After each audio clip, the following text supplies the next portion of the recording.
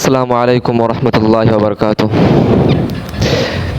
যে রাজনীতি করতে গিয়ে আমরা হিন্দুদের পূজা মন্দিরের মধ্যে যাইতে হয়, হিন্দুদের গির্জার মধ্যে যাইতে হয়, সেই রাজনীতিকে আমি আজ থেকে থুতু নিক্ষেপ করছি, তাদেরকে আমি ঘৃণা করছি।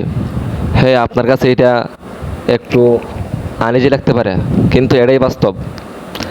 কারণ আপনি একজন আলেম সমাজ হয়ে টুপি পাঞ্জাবি দাড়ি রেখে জুব্বা পরে আপনি হিন্দুদের মন্দিরের মধ্যে গিয়ে রাজনীতির জন্য, শুধু রাজনীতির জন্য আপনি হিন্দুদের মন্দিরে যাবেন, এই রাজনীতিকে আমি ঘৃণা করি।